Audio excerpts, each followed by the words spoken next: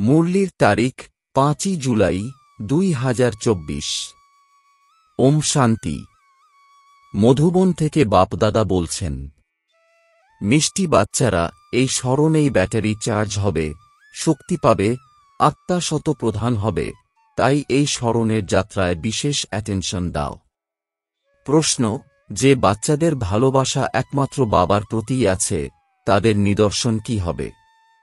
উত্তর 1, যদি একমাত্র বাবার প্রতি ভালোবাসা থাকে তাহলে বাবার দৃষ্টি তাকে সব দিক থেকে তৃপ্ত আর ভরপুর করে দেবে। 2, তারা সম্পূর্ণ নষ্টমোহ হবে।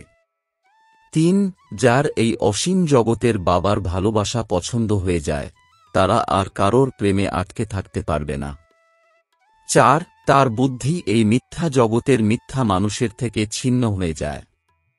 বাবা এখন তোমাদের এমন ভালোবাসা দিচ্ছেন যা অবিনাশী হয়ে যায়। সত্যযুগেও তোমরা নিজেদের মধ্যে অত্যন্ত ভালোবাসার সাথে থাকো। ওম শান্তি। বাচ্চারা, অসীম জগতের বাবার ভালোবাসা এখন একবার মাত্রই তোমরা পাও, যে প্রেমকে ভক্তিতেও খুবই স্মরণ করা হয়। বাবা, ব্যাস তোমার ভালোবাসাই চাই। তুমি আমাদের মাতাপিতা, তুমিই সবকিছু। এই একজনের কাছেই অর্ধেক কল্প ধরে তোমরা ভালোবাসা পাও। তোমার এই আত্মিক প্রেমের মহিমা অপার। বাচ্চারা, বাবাই তোমাদের শান্তিধামের মালিক বানান। এখন তোমরা দুঃখধামে রয়েছ। অশান্তি আর দুঃখে সবাই চিৎকার করে। কারোরই প্রভু মালিক অর্থাৎ নাথ নেই, তাই ভক্তিমার্গে মানুষ স্মরণ করে।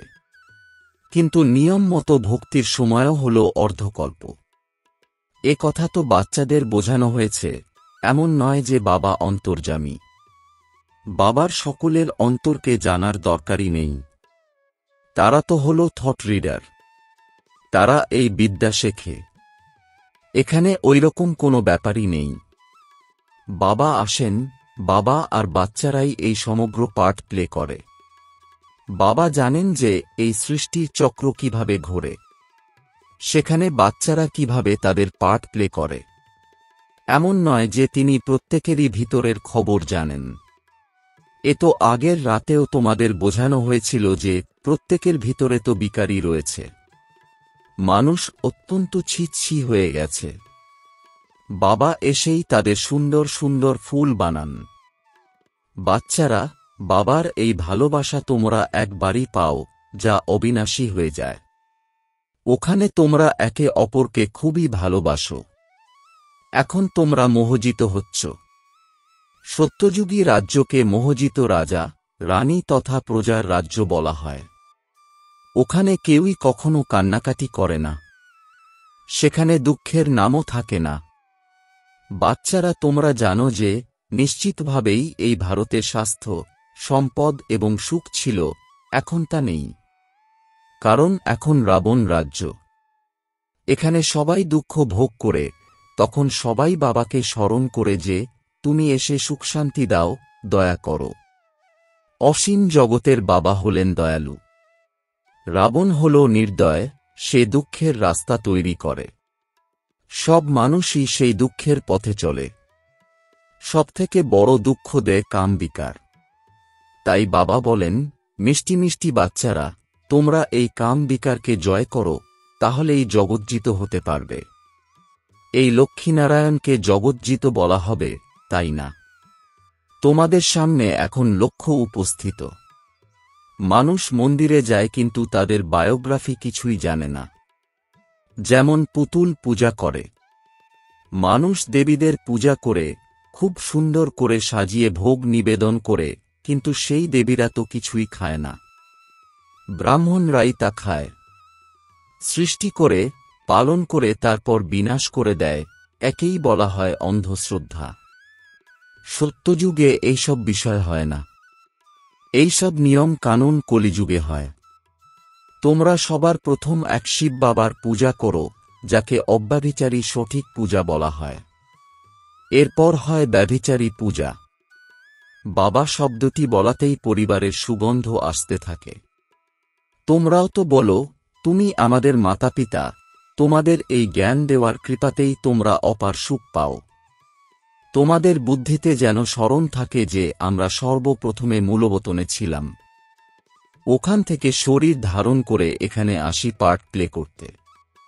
প্রথম দিকে আমরা দৈবী শরীর ধারণ করি, অর্থাৎ দেবতা বলা হয়।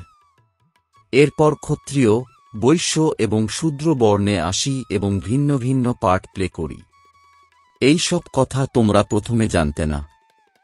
বাচ্চারা, বাবা এখন এসে তোমাদের আদিমধ্য এবং অন্তের জ্ঞান দিয়েছেন। তিনি নিজের সম্বন্ধে জ্ঞানও দিয়েছেন যে আমি এই শরীরে প্রবেশ করি। ইনি এনার ৮৪ জন্মের কথা জানতেন না। তোমরাও তা জানতে না। শ্যামসুন্দরের রহস্য তো বোঝানো হয়েছে। এই শ্রীকৃষ্ণ হলেন নতুন দুনিয়ার প্রথম প্রিন্স, আর রাধা হলেন দ্বিতীয় নম্বরে। কিছু বছরের তফাৎ হয়। সৃষ্টির আদিতে এনাকে প্রথম নম্বরে বলা হয়। এর জন্যই কৃষ্ণকে সকলেই ভালোবাসে, এনাকেই শ্যাম আর এনাকেই সুন্দর বলা হয়। স্বর্গে তো সবাই সুন্দরী ছিল। এখন সেই স্বর্গ কোথায়? এই চক্র ঘুরতে থাকে। এমন নয় যে সমুদ্রের নিচে চলে যায়। যেমন বলা হয় লঙ্কা দ্বারকার নিচে চলে গিয়েছিল, তা নয়, এই চক্র ঘুরতে থাকে। এই চক্রকে জানতে পারলে তোমরা এই বিশ্বের মালিক মহারাজা মহারানী হয়ে যাও। ওখানে প্রজারাও নিজেদের মালিক মনে করে, তাই না? ওরা বলবে আমাদের রাজ্য। ভারতবাসী বলবে আমাদের রাজ্য। ভারত নাম ঠিক, হিন্দুস্থান নাম ভুল। বাস্তবে আদি সনাতন দেবী দেবতা ধর্মই ছিল, কিন্তু ধর্মভ্রষ্ট, কর্মভ্রষ্ট হওয়ার কারণে নিজেদের দেবতা বলতে পারে না। এও এই ড্রামাতেই লিপিবদ্ধ, না হলে বাবা কি করে এসে আবার দেবী দেবতা ধর্ম স্থাপন করবেন? পূর্বে তোমরাও এইসব কথা জানতে না, এখন বাবা তোমাদের বুঝিয়ে দিয়েছেন। এমন মিষ্টি বাবা, তাঁকেও তোমরা ভুলে যাও। সবথেকে মিষ্টি বাবা, তাই না? বাকি রাবণ রাজ্যে তোমাদের সবাই দুঃখ দেয়, এই জন্যই অসীম জগতের বাবাকে সবাই স্মরণ করে। তাঁর স্মরণে প্রেমের অশ্রু ঝরায়। হে সাজন, কখন তুমি এসে সজনীদের সঙ্গে মিলিত হবে? কেননা তোমরা সবাই ভক্ত ছিলে। ভক্তের পতি হলেন ভগবান। ভগবান এসে ভক্তির ফল দেন, রাস্তা বলে দেন আর বোঝান। এ হল ৫,০০০ বছরের খেলা। রচয়িতা আর রচনার আদি, মধ্য আর অন্তকে কোনো মানুষই জানে না। আত্মাদের বাবা এবং আত্মারূপী বাচ্চারাই তা জানে। অন্য কোনো মানুষও জানে না, এমনকি দেবতারাও জানে না। এই আধ্যাত্মিক পিতাই জানেন। তিনি তাঁর বাচ্চাদের বসে বোঝান। আর কোনো দেহধারীদের কাছেই রচয়িতা আর রচনার আদিমধ্য এবং অন্তের কোনো জ্ঞান থাকতে পারে না। এই জ্ঞান থাকেই আত্মাদের পিতার কাছে। তাঁকেই জ্ঞানেশ্বর বলা হয়। তোমাদের রাজরাজেশ্বর বানানোর জন্য জ্ঞানেশ্বর জ্ঞান প্রদান করেন, তাই একে রাজযোগ বলা হয়। বাকি ওসব হল হঠযোগ। হঠযোগীদের চিত্র অনেকই আছে। সন্ন্যাসীরা যখন আসে, তারা এসে পরে হঠযোগ শেখায়। যখন অনেক বৃদ্ধি হয়ে যায় তখনই হঠযোগ ইত্যাদি শেখানো হয়। বাবা বুঝিয়েছেন যে আমি আসি এই সঙ্গম যুগে, আমি এসে রাজধানী স্থাপন করি। স্থাপনা তো এখানেই করবেন, নাকি সত্যযুগে? সত্যযুগ ইত্যাদিতে তো রাজত্ব থাকে, তাহলে অবশ্যই এই সঙ্গমেই তার স্থাপনা হয়। এখানে কলিযুগে সবাই হল পূজারী, সত্যযুগে সব হল পূজ্য। বাবা তাই পূজ্য বানানোর জন্যই আসেন। পূজারী বানায় রাবণ। এই সব তো জানা উচিত, তাই না? এ হল উঁচুর থেকেও উঁচু পড়াশোনা। এই শিক্ষককে কেউই জানে না। উনি সুপ্রিম বাবা, শিক্ষকও আবার সদ্গুরুও। এ কথা কেউই জানে না। বাবা এসেই নিজের সম্পূর্ণ পরিচয় দেন। নিজে বাচ্চাদের পাঠ পড়িয়ে সাথে করে নিয়ে যান। অসীম জগতের বাবার এই ভালোবাসা পেলে অন্য কোনো ভালোবাসা আর পছন্দ হয় না। এই সময় এ হল মিথ্যা খণ্ড। মিথ্যা এই মায়া, মিথ্যা এই কায়া। ভারত এখন মিথ্যা খণ্ড, এরপর সত্যযুগে হবে সত্য খণ্ড। ভারতের বিনাশ কখনোই হয় না। এ হল সবথেকে বড় তীর্থ, যেখানে অসীম জগতের বাবা বসে বাচ্চাদের এই সৃষ্টির আদিমধ্য এবং অন্তের রহস্য বোঝান আর সকলের সদ্গতি করেন। এ হল অনেক বড় তীর্থ। ভারতের মহিমা হল অপার। তোমরা এও বুঝতে পারো যে ভারত হল ওয়ান্ডার অফ ওয়ার্ল্ড। সেটা হল মায়ার 7 ওয়ান্ডার। ঈশ্বরের ওয়ান্ডার হল একটাই, বাবা এক।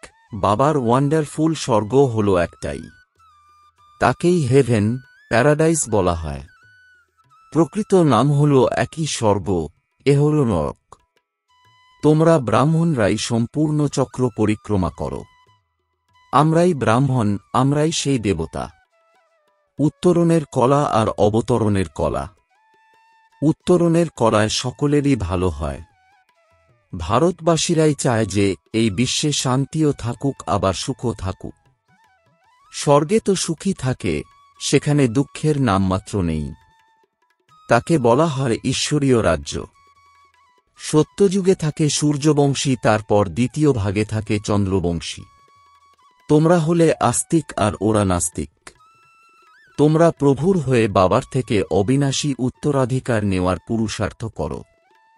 মায়ার সঙ্গে তোমাদের গুপ্ত লড়াই চলে। বাবা রাত্রির সময়ে আসেন। শিবরাত্রি হয়, তাই না? কিন্তু শিবের রাত্রির অর্থ কেউ বোঝে না। ব্রহ্মার রাত সম্পূর্ণ হয় এবং দিন শুরু হয়। ওরা বলে কৃষ্ণ ভগবানুবাচ, আর এ তো হল শিব ভগবানুবাচ।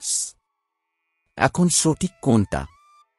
কৃষ্ণ তো সম্পূর্ণ 84 জন্মগ্রহণ করে। বাবা বলেন যে আমি আসি সাধারণ বৃদ্ধের শরীরে। ইনিও নিজের জন্মকে জানতেন না। অনেক জন্মের অন্তে মানুষ যখন পতিত হয়ে যায়, তখন আমি এই পতিত সৃষ্টি, পতিত রাজ্যে আসি। পতিত দুনিয়াতে অনেক রাজ্য, আর পবিত্র দুনিয়াতে থাকে এক রাজ্য। এ তো হিসাব, তাই না? ভক্তিমার্গে যখন মানুষ প্রগা ভক্তি করে, মাথা কাটতেও প্রবৃত্ত হয়, তখন তাদের মনোকামনা পূরণ হয়। বাকি তাতে কিছুই নেই, তাকে বলা হয় প্রগা ভক্তি। যখন থেকে রাবণ রাজ্য শুরু হয়, তখন থেকে মানুষ ভক্তির কর্মকাণ্ড পড়তে পড়তে নিচে নেমে আসে। বলা হয় ব্যাস ভগবান শাস্ত্র নির্মাণ করেছিলেন, তিনি বসে কি লিখেছিলেন। বাচ্চারা, তোমরা এখন ভক্তি এবং জ্ঞানের রহস্য বুঝেছ। সিঁড়ি আর ঝাড়ে এই সবই বোঝানো আছে। ওখানে 84 জন্ম দেখানো আছে। সবাই তো আর এই 84 জন্ম নেয় না। যারা শুরুতে আসবে, তারাই সম্পূর্ণ 84 জন্মগ্রহণ করবে। এই জ্ঞান তোমরা এখনই পাও, এরপর তা সোর্স অফ ইনকাম হয়ে যায়। তারপর 21 জন্ম কোনো অপ্রাপ্ত বস্তু থাকে না, যা প্রাপ্ত করার জন্য পুরুষার্থ করতে হয়। একে বলা হয় বাবার একই স্বর্গ, ওয়ান্ডার অফ দ্য ওয়ার্ল্ড। নামই হল প্যারাডাইস। বাবা তোমাদের এর মালিক বানান। ওরা তো কেবল ওয়ান্ডার্স দেখায়, আর বাবা তোমাদের তার মালিক বানান। তাই বাবা এখন বলেন, আমাকে নিরন্তর স্মরণ করো। রন্ধ্রে রন্ধ্রে সুখ পাও, কলহক্লেশ সব দূর হোক, জীবন মুক্তি পথ পাও। পবিত্র হওয়ার জন্য স্মরণের যাত্রা খুবই জরুরি। মনমনা ভব হোক, তাহলেই অন্তমতি তেমন গতি হয়ে যাবে। গতি বলা হয় শান্তিধামকে। সদ্গতি এখানে হয়। সদ্গতির এগেনস্ট হল দুর্গতি। তোমরা এখন বাবাকে আর রচনার আদিমধ্য এবং অন্তকে জেনে গেছ। তোমরা বাবার থেকে ভালোবাসা পাও। বাবা তোমাদের দৃষ্টি দিয়ে তৃপ্ত এবং সফল মনোরথ করে দেন। তিনি তো সামনে এসেই জ্ঞান শোনাবেন, তাই না? এতেও প্রেরণার তো কোনো কথাই নেই। বাবা তোমাদের নির্দেশ দেন যে এমনভাবে স্মরণ করলে তোমরা শক্তি পাবে। ব্যাটারি যেমনভাবে চার্জ করা হয়। এ হল মোটর, এর ব্যাটারি নষ্ট হয়ে গেছে। এখন সর্বশক্তিমান বাবার সঙ্গে বুদ্ধির যোগযুক্ত করলে তোমরা আবার তমপ্রধান থেকে শতপ্রধান হয়ে যাবে। তোমাদের ব্যাটারি চার্জ হয়ে যাবে। বাবা এসেই সকলের ব্যাটারি চার্জ করেন। বাবাই হলেন সর্বশক্তিমান। এইসব মিষ্টি মিষ্টি কথা বাবা বসেই বুঝিয়ে বলেন। ওই ভক্তির শাস্ত্র তো তোমরা জন্মজন্মান্তর ধরে পড়ে এসেছ। বাবা এখন সমস্ত ধর্মের মানুষদের জন্য একটা কথাই শোনান। তিনি বলেন, নিজেকে আত্মা মনে করে বাবাকে স্মরণ করো, তো তোমরা পাপ মুক্ত হবে। বাচ্চারা, এখন স্মরণ করা হলো তোমাদের কাজ, এতে ঝিমিয়ে যাওয়ার কোনো কথাই নেই। পতিতপাবন হলেন একমাত্র বাবাই। এরপর সবাই পবিত্র হয়ে ঘরে ফিরে যাবে। সকলের জন্য এ হল জ্ঞান। এ হল সহজ রাজযোগ এবং সহজ জ্ঞান। আচ্ছা, মিষ্টি মিষ্টি প্রশিক্ষার্থী বাচ্চাদের মাতাপিতা বাপদাদার স্মরণসহ স্নেহসুমন আর সুপ্রভাত। আত্মিক পিতার আত্মিক বাচ্চাদেরকে জানাচ্ছি নমস্কার। ধারণার জন্যে মুখ্য সার: ১. সর্বশক্তিমান বাবার সঙ্গে নিজের বুদ্ধিযোগ যুক্ত করে ব্যাটারি চার্জ করতে হবে। আত্মাকে শতপ্রধান বানাতে হবে। স্মরণের যাত্রায় কখনোই বিভ্রান্ত হবে না। ২. এই আধ্যাত্মিক পাঠ পড়ে নিজের উপরে নিজেকেই কৃপা করতে হবে। বাবার তুল্য প্রেমের সাগর হতে হবে। বাবার প্রেম যেমন অবিনাশী, তেমনি সকলের প্রতি প্রকৃত অবিনাশী প্রেম রাখতে হবে, মোহজিত হতে হবে। বরদান: অনুভবের শক্তির দ্বারা মিষ্টি অভিজ্ঞতা লাভ করে সদা শক্তিশালী আত্মা ভব। এর বিস্তার: এই অনুভবের শক্তি অনেক অনেক মিষ্টি অভিজ্ঞতা অর্জন করায়। কখনো নিজেকে বাবার নূরে রত্ন অর্থাৎ চোখের মণি আত্মা অর্থাৎ নয়নে সমাহিত থাকা শ্রেষ্ঠ বিন্দু অনুভব করো, কখনো ললাটে ঝলমল করতে থাকা মস্তকমণি, কখনো নিজেকে ব্রহ্মা বাবার সহযোগী রাইট হ্যান্ড, ব্রহ্মা বাবার সহযোগী হাত অনুভব করো, কখনো অব্যক্ত ফরিস্তা স্বরূপ অনুভব করো। এই অনুভবের শক্তিকে বৃদ্ধি করো, তাহলে শক্তিশালী হয়ে যাবে। তখন ছোট দাগও স্পষ্ট দেখা যাবে আর তাকে পরিবর্তন করে নিতে পারবে। স্লোগান: সবাইকে হৃদয় থেকে আশীর্বাদ দিতে থাকো, তাহলে তোমাদের পুরুষার্থ সহজ হয়ে যাবে। ওম শান্তি।